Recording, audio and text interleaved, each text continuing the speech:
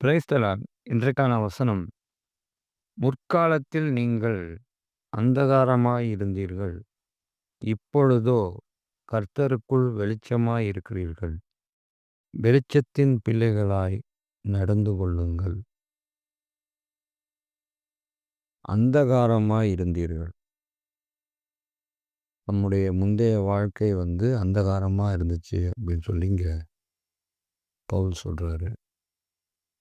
அப்படி அந்தகாரமான வாழ்க்கை என்ன வாழ்க்கை? நம்முடைய மூதாதையர் வாழ்ந்த வாழ்க்கை என்ன? இஸ்ரவேலர்கள் எப்படிப்பட்ட வாழ்க்கை வாழ்ந்தாங்க? எகிப்துக்கு அடிமையா இருந்தாங்க. சரி, எகிப்தோட அந்த தெய்வங்களையும் வணங்குனாங்க. எகிப்தோட அனைத்து காரியங்களையும் பின்பற்றினாங்க.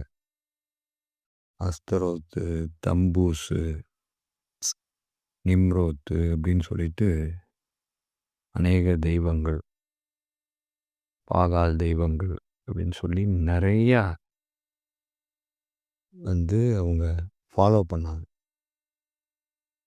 இந்த சூரிய நமஸ்காரம், இயற்கையை வழிபடுறது, இப்படி பல விஷயங்களை அப்போதே செய்தாங்க இஸ்ரவேலர்கள் காலத்திலேயே. இப்போ கிறிஸ்தவர்கள் அல்லாதவர்கள் அதை செய்து கொண்டிருக்கிறாங்க. ஒரு விஷயம் என்ன அப்படின்னா, இந்து மதம்னு ஒன்று கிடையாது, கிறிஸ்தவ மதம்னு ஒன்று கிடையாது.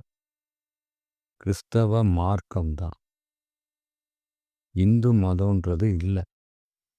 இது மனிதனால் உருவாக்கப்பட்டது. இன்னொன்று, இந்துக்கள் அவங்க வழிபடுற அனைத்து காரியங்களும் வேதாகமத்தில் இருக்கு. சூரிய நமஸ்காரமாக இருக்கலாம், என்னென்னமோ மரத்தை வழிபடுறது, நிறையா பண்ணுறாங்கல்ல, அது அனைத்துமே எதில் இருக்குது அப்படின்னா வேதத்தில் இருக்குது. அதனால தான் சொல்கிறோம், வேதத்தில் எல்லாமே இருக்குது. இந்துக்கள்னு யாரும் இல்லை, முஸ்லீம்னு யாரும் இல்லை, புத்தர்கள்னு யாரும் இல்லை, யாரும் கிடையாது. நாமளா மனிதர்களாக அதை பிரித்து வைத்திருக்கிறோம். கிறிஸ்தவ மார்க்கத்தில் இது எல்லாமே இருக்குது. ஆரம்ப காலகட்டங்கள்லேருந்து இது இருக்குது. இஸ்ரவேலர்கள் காலகட்டங்கள்லேருந்து இருக்குது. இந்து சகோதரர்கள் வேதாகமத்தை எடுத்து வாசித்து பார்த்தீங்கன்னா அப்போ உங்களுக்கு புரியும் எந்த அளவுக்கு உண்மை அப்படின்னு. இதெல்லாம் ஹிஸ்டாரிக்கலாக ப்ரூவ் பண்ண ஒன்று. எல்லாம் சும்மா கட்டுக்கதைகள் கிடையாது, எல்லாம் ப்ரூவ் பண்ண ஒன்று. இப்பொழுதும் அந்த ஒவ்வொரு விஷயமும் ஒவ்வொரு காரியமும் இருக்குது. இப்போவும் பாபிலோன் அவ்வளோதான் தரைமட்டமாக போயிடுச்சு, இப்போ எழும்பவே இல்லை. விஷயம் என்ன? இப்போ அந்தகார வாழ்க்கை, இருளான வாழ்க்கை. எகிப்துங்கிறது உலகம். உலகத்துக்கு ஆல்ரெடி அடிமையாக இருக்கிறோம். பத்தாததுக்கு அந்த உலகத்தின் அனைத்து காரியங்களையும் பின்பற்றி கொண்டு இருக்கிறோம். அதுதான் முதலாவது அந்தகார வாழ்க்கை, இருளான வாழ்க்கை. இப்படிப்பட்ட வாழ்க்கையில தான் நாம் ஆரம்பத்தில் இருந்தோம். இன்னொன்று, அந்தகாரம் அப்படிங்கும்போது கண் தெரியாத ஒரு நிலை. கண்ணு தெரியலை அப்படின்னா நம்ம எப்படி இருக்கும்? நம்ம சுற்றி எல்லாமே இருட்டாக தான் இருக்கும், இருளாக தான் இருக்கும், ஒரு அந்தகாரமாக தான் இருக்கும். எப்போ நமக்கு கண் தெரியுதோ அப்போ தான் அங்கே நமக்கு வெளிச்சம் தெரியும். வெளிச்சம் கிடைக்கிறது மாத்திரம் இல்லை, எல்லாவற்றையும் நாம் அறிந்து கொள்ள முடியும். அதுபோல் நம்முடைய வாழ்க்கை ஆரம்பத்தில் ஒரு பிளைண்டாக தான் இருந்துச்சு. எப்படி பிளைண்டாக இருந்துச்சு அப்படின்னா, இப்படி உலக காரியங்களில் மற்ற தெய்வங்களை வணங்கி கொண்டு, ஆண்டவரால் சிருஷ்டிக்கப்பட்டவைகளை வணங்கி கொண்டு, இயற்கைகளை வணங்கி கொண்டு, விலங்குகளை வணங்கி கொண்டு இப்படி தான் வாழ்ந்துட்டு இருந்தோம். அது மாத்திரம் இல்லை, எல்லாமே இருந்துச்சு நம்ம இடத்துல. என்னென்ன அசுத்த காரியங்கள் இருக்கோ அத்தனையும் நம்ம இடத்துல இருந்துச்சு. என்ன ஆன ஒரு கேவலமான காரியங்கள் இருந்ததோ அத்தனையும் நம்மளிடத்துல இருந்துச்சு. அது அந்தகார வாழ்க்கை. அது அப்படிதான் இருக்கும். இன்னொன்னு அப்படிதான் வாழ்ந்துகிட்டு இருந்திருக்கிறோம். அதுதான் இங்க வசனம் நமக்கு சொல்லுது. துன்மார்க்கருடைய பாதையோ காரிருளைப் போலிருக்கும். தாங்கள் இடறுவது இன்னதில் என்று அறியார்கள். இப்படிதான் நாம இருந்தோம். பலவித விஷயங்கள கடைபிடித்துக் கொண்டு, பலவித காரியங்கள கடைபிடித்துக் கொண்டு, துன்மார்க்கமாய் வாழ்ந்து கொண்டிருந்தோம். இருளிலே வாழ்ந்துட்டு இருந்தோம்.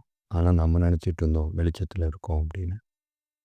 ஆனா நம்ம வாழ்ந்துட்டு இருக்கிறது இருள்ல தான் வாழ்ந்துட்டு இருந்தோம். ஆனா இப்போ வெளிச்சம் வந்துருச்சு.